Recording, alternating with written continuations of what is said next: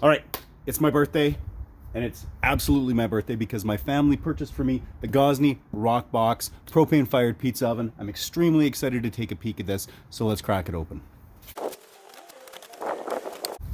You ready for this? I don't know if I'm ready for this. I've been wanting a pizza oven for some time. I debated building one. I've been looking at different options, but this one here is sweet. I might have had some input into which pizza oven we should get. Taking a look online, this was Kenji Alt Lopez's highest rated portable pizza oven of 2023. I don't think that guy can go wrong, at least in my opinion. So this is what we wound up settling on. Now taking a peek in here, so there's a user manual it comes with. There's a cute little, oh, it's a Gozney sticker. Very nice. What else do we got here? Oh, some recipe ideas. And, oh, little card. Yeah, 5-year warranty. That is one of the selling features of this unit here. That's fantastic. Oh, they give us some little descriptors here. Dense insulation, of course, important here with the temperatures we're trying to maintain. Thick stone floor. Fantastic solid construction with the 304 stainless. Yeah, gas, obviously, underfloor thermometer. Ooh, placement of that. I can't wait to see what that looks like on the inside.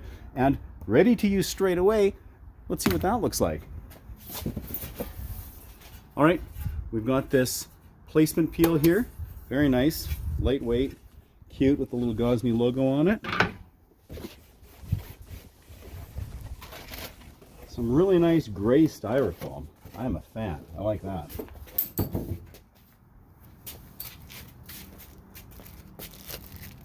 Also, I just flung this out of the foam, so be advised, there is a cute Gozney bottle opener. I'm going to be cracking into that. This is my birthday. Now, taking a peek on the inside, what have we here? Okay, a little paper protection. Cool. Ooh. Yeah, I don't think I'm going to need any assistance with that, so you can just pull it right out. This is a weighty oven for sure. Very cool. Okay, what else do we have here? We've got the propane burner. Just like this, nestled in there, nice and protected. And looks like that's it in the box. Just to confirm, that is it in the box. Let's get all this packaging out of the way. So this particular unit apparently can go up to 950 degrees Fahrenheit or 500 Celsius. That is super hot and probably a little hotter than you might need to make actual pizza. However, I'm super excited to try that out. This comes with the gas burner, but the Roccbox is interesting in that you can also attach a wood burner to it if you so wish. Okay, I've cleared up a little space here. I've got the instructional manual out, and as far as actually setting it up, Gozney has this little, really just a picture book. That's it for the instructions. So I'm going to attempt to follow that. There are no written instructions. We'll see how it goes. So first step is to set it up like so, and then they say that you should be folding out the legs. So let us do that. Fold out in 2 steps each. Awesome. And then we've got the burner here, just like this. We're going to set it up. So because I'm going to want to be able to access the actual dial here, right? I'm going to start it over on this side. We've got the 3 prongs on this. We have the 3 spaces here. I'm going to set it up like this. Tuck it in. And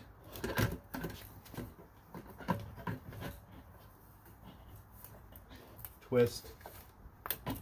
Ooh, there we go. I think. Yep. That's it. That's all. On there securely. Awesome. So now, the person should just be able to spin it back and flip over.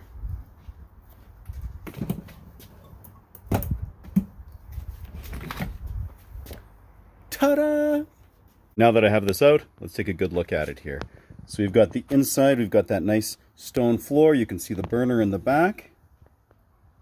Yeah, awesome. Really nice design, super slick. We've got this carrier here, so you could use this handle and carry it. Of course, this is a little heavy. We'll have to see what that would actually feel like. We've got this thermometer, and I'm just curious. So you don't see the thermometer there, so it does in fact go underneath. We'll have to track that temperature and compare it to the stone floor. We've got the burner here that does have this gauge, and it's got an igniter built in. Awesome. There is the propane hose here, which right from the end here that would go into your propane tank to this female flare fitting on the end here is about 45 inches. So not super long, but I guess you probably want to have your propane within close distance. Anyway, we'll see how that works for my purposes. The nice thing about this is that this could be changed out and you could add a longer hose if you want. Oh yeah. I don't know if I want to try to carry this on camera. Yeah, you could carry that by yourself for sure. However, I don't know how far you would want to do it. I think if you were taking this out to some sort of beach or tailgating scenario or something like that, you wouldn't want to have to carry it very far. Maybe have a wagon or a trolley of some sort that you could put it in for transport. If for no other reason, then I'd be worried that over time carrying this too far, that you might actually ruin this carrier handle. I think it's really good, maybe just for picking up off the ground or something like that. But either way, it is nice that it just Velcros on for easy removal and easy putting on. There's also this little sticker. Fortunately, that comes off really, really nice and easily. It's not like it tore or anything like that. Oh, outdoor use only on this propane fired thing. Guess I won't be trying to, asphyxiate everybody in the house by running propane inside. That's, I guess, a good direction. So let us fire up initial burn. So I did just let that gas flow for a couple of seconds there and then hit that igniter. It fired up quite nicely. Let's take a closer look. Ooh, big old burner. Yeah, hitting up the edge there and heading this direction. Fantastic. Let's see how long she takes to heat up. Now, while this is heating up, let me just say how excited I am by the fact that there was virtually no assembly required. Simply screwing in that burner, which is something you would want to do anyway. I believe that when this is not in use, a person would just unscrew that and you could store it, and then you can store it flat. You're not worried about putting any pressure on that burner. You just fold up the legs, have the burner stored separately, and you're good to go. But being able to take this out of the box and have it fired up just within a few minutes, fantastic. Heat up check 5 minutes in, or 5.5 minutes in.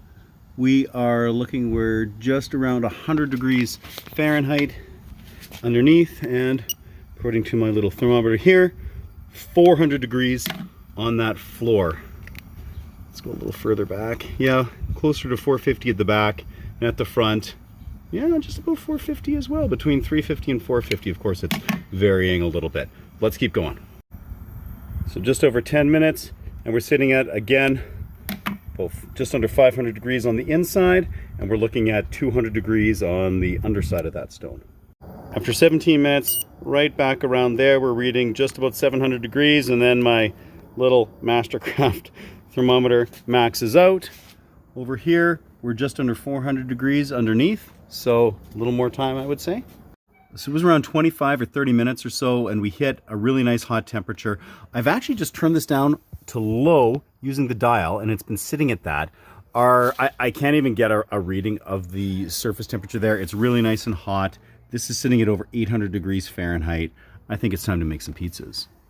One great, and I'm going to call it a safety feature of this, is the fact that it has this insulated exterior here as opposed to just being stainless on the outside, where even though this thing is fired up, it's not so hot that you're going to burn yourself. You can touch it, you know it's warm, but it's not going to cause injury.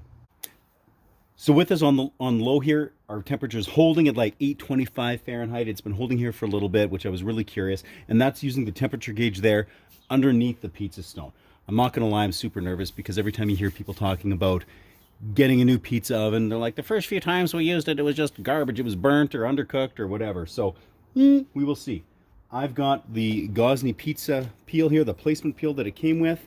I'm doing sort of like a little spin here on the old margarita pizza, just with some bocconcini and basil. This is like a red pepper pesto and tomato sauce that I made, and then some sliced garden cherry tomatoes. So let's get it in here. And it's on a lot of cornmeal that I sprinkled all over it, so hopefully it will come off.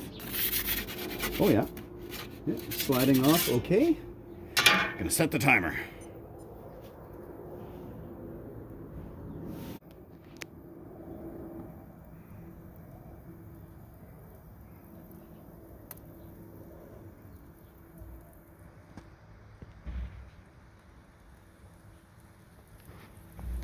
We've been in there like 45 seconds. I'm gonna see if I can give it a shimmy. I've got this little spatula thing here that has a nice little tapered lip on it. Oh yeah, I am interested in picking up a different peel, but I have not done so yet. But I'm gonna see what my pizza spinning skills here are like, making it up as I go. That really didn't work too badly at all. Let's keep going. 70 seconds in.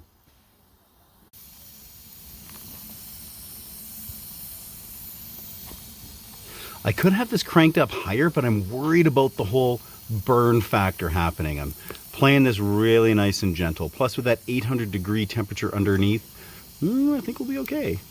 We are just a tiny bit under 2 minutes. I want to take a look underneath. Kate, the underneath of the pizza is not burned at all, but the top isn't burnt either. Fingers continue to be crossed.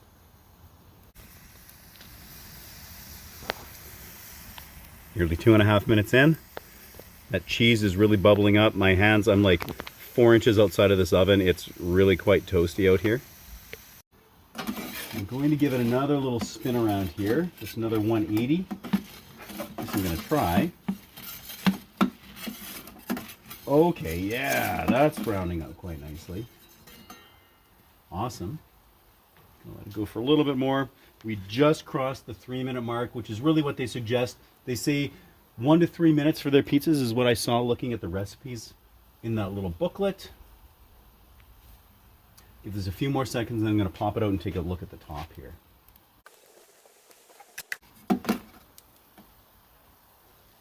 Okay, here we are. 3.5 minutes. Taking a peek at the bottom. I'm not going to lift that. I'm going to drop the pizza on the ground. But there are some slight little sort of just beginning to blacken bits and browned parts here. The top looks really nice and cooked. Let's pull this off. I'm going to let this continue just to stay at that temperature. For the next one, maybe we'll play with the temp and see if we crank it up a little bit after the pizza's in, see what that does. Pizza number 2, a little half and half, pepperoni bocconcini and just bocconcini. Again, with that pizza sauce on there. Slide her right in like so. Start the timer. I did turn the burner up halfway, so this is right in between low and high. I guess we could call that medium. And we're going to see how it comes along. 1 minute in, I'm going to give it just a little 180 here.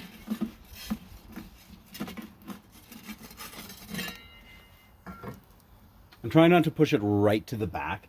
It's probably got, I'm going to guess, 2.5 inches or so before the back end there of that pizza stone. We just hit minute 2. So I'm going to spin it again just to kind of see what it's looking like on that other side. Oh yeah. Really nice and browned there. Just a little bit more time. Maybe try and take a peek at the underside. Oh, it looks like it's almost cooked. Probably just a few more seconds here.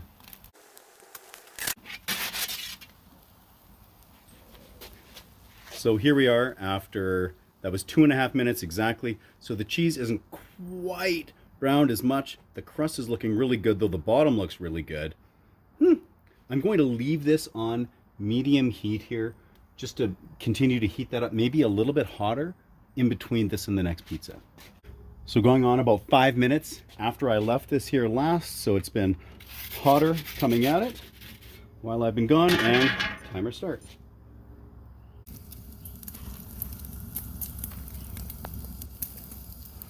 Ooh, she's hot. And we just hit 1 minute into that. Let's see what it looks like coming around here. Oh yeah, gorgeous.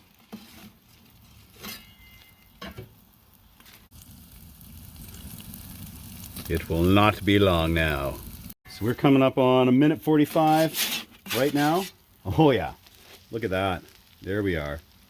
That is a beautiful looking pizza. I think this is so far my favorite time and temperature combination. And our next pizza. So again, bocconcini, we got some pepperoni, there are fresh mushrooms, and then some of my cured pork loin here. It's like a black garlic pork loin. Pop it in there. Once again, this is the same temperature here as the last one, and we'll let her rip. We're just hitting the 1 minute mark, so I'm going to spin. And for the record, checking the temperature gauge there at the underside of that pizza stone, it's currently sitting at around 875 degrees Fahrenheit. toasty. I'll go just a little more there. Just like that. So again, I'm going to pull it here at 1:45. We'll see how it's going. Right there. Oh yeah. Absolutely gorgeous. Some nice blackened charcuterie up on top. That crust is looking delightful. The cheese is melted. Good to go. So, pizza number 5. Again, bocconcini across the whole thing. You have pepperoni and presunto on the one half. The other half, I'm going again with that black pepper cured pork loin charcuterie. There are some of my classic, if you will, sous vide pickles, which are delicious. And then some really funky Portuguese cheese that my daughter absolutely loves. So we're going to toss this in here. Ooh, I'm not eating that cheese. I'm going to toss it in. All right, timer start. Ooh, yeah. Again, I'm liking this 1 minute mark. Just going to spin her around here. I think I'm going to have to practice my pizza spinning game off camera later on. And once again, hitting that 1:45 mark. Looking fantastic. Gonna really please the daughter with this pickle pizza here. Oh, look at that. Oh, okay, there was a little flare up there just with the cornmeal, but it's all out. Last but certainly not least, we have pizza number 6 here. Again, bocconcini. I've got a bunch of mushrooms on this, some pepperoni, some presunto, and then the little secret ingredient on this is some of my mild red pepper hot sauce. Thought that might make a nice base. Had nothing to do with the fact that I ran out of pizza sauce. Once again, the good old 1 minute mark. Let's use the right peel for this. Huh. I've taken to calling this a peel now, apparently, even though it's just a spatula. A little spin, another 45. We're hitting that 1:45 mark. I'm just going to turn off the propane here, let that burn out, and 1:45. There we are. Look at that. Absolutely gorgeous. Now, for cleanup afterwards, just using this little brush, I'm just going to go right into here. Just going to get out a bunch of that burnt cornmeal, just so that as I'm moving it around afterwards, I'm not spilling that out over places that I don't want it. Now, as for the outside, as you can see here, I just bumped up against it. You do wind up with some soot on there, which does just wipe off with a wet paper towel. Or a person could use a product, even just like a Lysol disinfectant wipe or something like that, just to give you a little less chance that the paper towel will tear. So now that I'm done with it and it's all cooled down, I'm just going to take it, turn the oven back up on its side with a simple twist, just removing the gas burner here. Then the legs can be folded back in on each other.